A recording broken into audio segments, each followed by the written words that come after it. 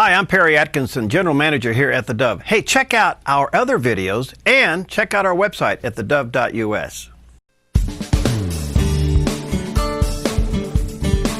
Okay, we're back. Delighted to have in the studio with us today Lynnae McCoy.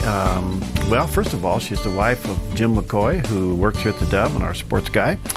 But she is a professional in her own right. She is a professional blogger, and she's with us today talking about living on a budget, being frugal, and staying on schedule. Yeah, right. Good stuff. Well, first of all, let me say this. Go to LynnaeMcCoy.com. That is her website, and you can see some really great articles there. And it looks like you kind of put together a week with various things on the day, from backyard camp out fun to, you got Wednesday in the Word and some other things going on. Yep.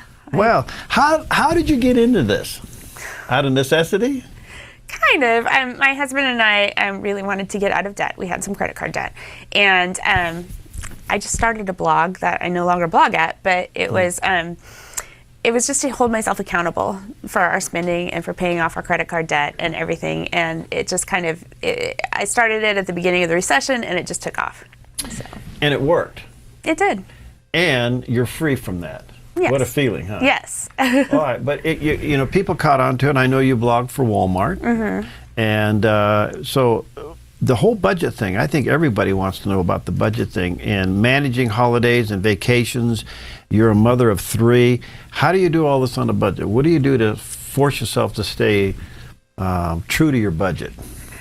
You have to know your priorities, what's important to you, and then you just kind of plan your life around your priorities, because nobody can do it all and nobody can afford it all. Right. So, you know, for us, vacations are important, but we have other things that we need to pay for too, obviously food, housing, and all that. So our vacations tend to be fairly frugal, camping, things like that. So we make sure we work in the fun stuff, but we look for ways to save money on the things that are maybe lower on our priority list. You talk about this on your blog at the website. Bit, yeah. Scheduling. Now, this has got to be the one that's really something. I know a lot of women will sit down, they'll write out a schedule, and by the end of the day, it's just completely blown apart. How do you stay focused on a schedule? I make use of a free tool online. Okay. It's cozy.com, C-O-Z-I, and it's a free calendar. And you can make appointments for different people in your family, and they color code it, and it'll send it to your smartphone, and at the beginning of the week it emails us what our schedule is for the week. So as far as places we need to be, I always have that on me, on my phone. Oh yeah. So that if I'm at the orthodontist office and they say we need to schedule your next appointment, I just take out that phone and I've got everything on it. So I know when I can schedule things. Cozy.com? Yes, C-O-Z-I. Okay, now, and that, and you keep your family on that. Oh yeah. Do you wake up Jim with that? No, I don't. He's in charge of waking himself up.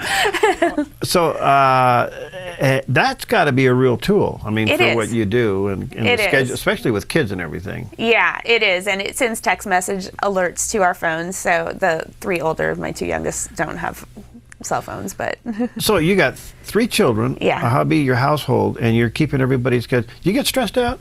Oh yeah. Oh yeah. Okay. Oh yeah. I thought maybe you were stress free or something. No, not at all. It does get stressful, and fortunately, my family recognizes when I'm getting stressed, and they give me a little time. Yeah, pretty much. Let me ask you this: going from credit card debt to a budget. I mean, that's quite a leap. It is. But you have experienced the one thing that it does. A, you're living within your means, and B, you have peace in your life. That's right. What was it like before you did that? It was always scary. We'd have an emergency, and we'd be like, well, what do we do? What do we do? The car broke down, and that's when the credit card would usually come out, is because we didn't. And we realized that we needed to make some changes in our employment because we just weren't bringing in enough money to basically make it. And so we did that, and blogging for me has helped a lot, and that brings in a little bit extra, and we use that a lot for the extra things. And you know, sometimes you need to recognize, is it an income problem or is it an outgo problem? And you know, sometimes it can be a little bit of both. Okay, and let me just encourage you again, if you want to check out Lynnae's blogs and everything else, LynnaeMcCoy.com is the website, and you can correspond with her there. All right, I want to shift gears just for a moment. Okay. You and Jim did something really incredible a couple of years ago, you thought you were done with diapers and playpens and toys. We did. And you were going to the next stage of life. Your children were now moving towards that kind of middle school years and everything. And you decided to adopt a little girl, Gracie. Yes. And we prayed for you here many times Yes. during our staff meetings. The process that you guys went through. Tell us about that, because she has changed your life. Oh, she has. In fact, I remember we were on vacation in August. I guess it's been, I don't know, August 2010, so almost 4 years ago. And my son was in a car seat. He was 7 going on 8. And I remember remarking to Jim, this is the end of the baby equipment. Yeah. We're done. Our next vacation, we're not going to have any baby equipment. None, because John's going to be out of a car seat. Wow. And we came home, and the night we came home from our vacation, I got an email saying that a relative baby of ours was in foster care. And wow. That changed our lives. Yeah. So, a relative's baby's in foster care. You didn't want that to be. No. So what happened? It was incredible. Our whole extended family just kind of rallied around this baby, and we decided that we were open to taking her into our home as our own child, and we all just kind of went together, and we, my aunt and uncle would go to court because that was in California, and we weren't near there, so we weren't even near where this was. And you were kind of down on the list, weren't you? I mean, you weren't at the top of the list as the first one who would automatically get her. We were not, no. Okay. No. So what happened? Well, we were out of state, so that worked against us because that's a lot more paperwork. Yeah. And so that went against us. And we weren't in town, so they looked at we couldn't bond and all that. But Gracie's biological father wanted her placed with us, so that went in our favor, and we were just there every step of the way, and on the phone with the social workers.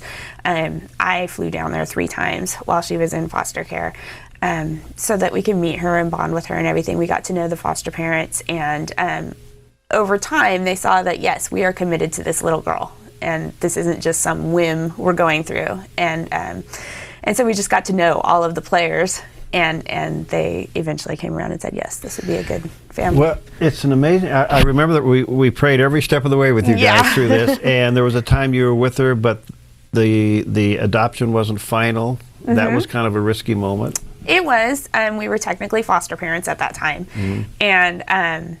And so we spent a year as foster parents, and we had to, basically, the social worker had to come every month and, make sure everything was right. Exactly. And, there was a possibility at that time that they could have taken her away. We were fairly sure at that time. The most uncertain time was before she moved up with us. We didn't know what the judge would say. How does this change your life? Well, I had to go back to diapers. Well, okay, yeah. And the car seat never went away. The car seat never went away. We had more baby equipment on our next vacation. Yeah. But it's changed our lives hugely. Not only our lives, but our extended family. My aunt and uncle moved up here to be closer to her, and we are closer to extended family members that we weren't before, just because. And your 2 biological children, how were they impacted?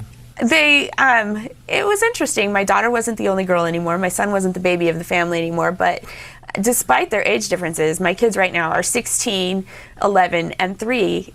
It's amazing how close they are. You wouldn't think that kids so different would be so close, but they are. Well, talk a little bit about somebody who's thinking about adoption. And I realize it's a process. It is. And you got to have a lot of patience. You do. And you got to go through a lot of crazy things, but you stuck with it. What would you say to somebody who's considering this? It's definitely a process that's worth it. We specifically know about the foster adopt process because that's how we did it. A lot of risk involved, and there's a lot of heartache, a lot of ups and downs. I always say that it's much harder than pregnancy. Yeah. It is, because you're on this constant emotional roller coaster. 9 months of another kind, right? You're on this emotional roller coaster. Is she coming to live with us? Is she not? No, it looks like she is. No, she's not. In the meantime, you're bonding with her. Yeah. You're starting to love her like your own. Right. And the possibility that it may not happen is hard. Wow. It's hard, but it's a risk you take. And I looked at it as, with my own biological children, you never know what's going to happen. God gives you your children as a gift for as long as you have them, and you love them, and you just don't know. And so you have to take that risk. Wow. All right, so little Gracie came in. She's a talker. I will say this. We call her the talking machine. Yak, yak, yak, yak, yak. But it's been a remarkable thing to see happen, and your whole family has changed because of it. Would you do it again? I'm done. I would if I Well, you're being honest. That's good. No, I don't have any regrets about adopting Gracie. It was absolutely the right thing to do for her, for our family, for everything. Absolutely. At this point, I feel like our family's complete, and we're not going to go there again. But I have absolutely no regrets. It was. Well, you know what's so interesting is, as a family now, you say you're complete, but look you're a different family than when you started out. We are. And it's been a great experience. It has been, absolutely. Lynnae, you're a delight. Let me just say, LynnaeMcCoy.com, and her website is an incredible resource. Ladies, if you're having a hard time sticking to a schedule, you're trying to figure out budgets, you're looking for frugal ways to save money, you got a lot of tips in there. Yeah, a lot of tips in there. Correspond with her, LynnaeMcCoy.com. Thanks for coming. Happy Mother's Day. Thank you. Happy Mother's Day to your whole family and those 3 wonderful children. Thank you. Okay, we'll be right back.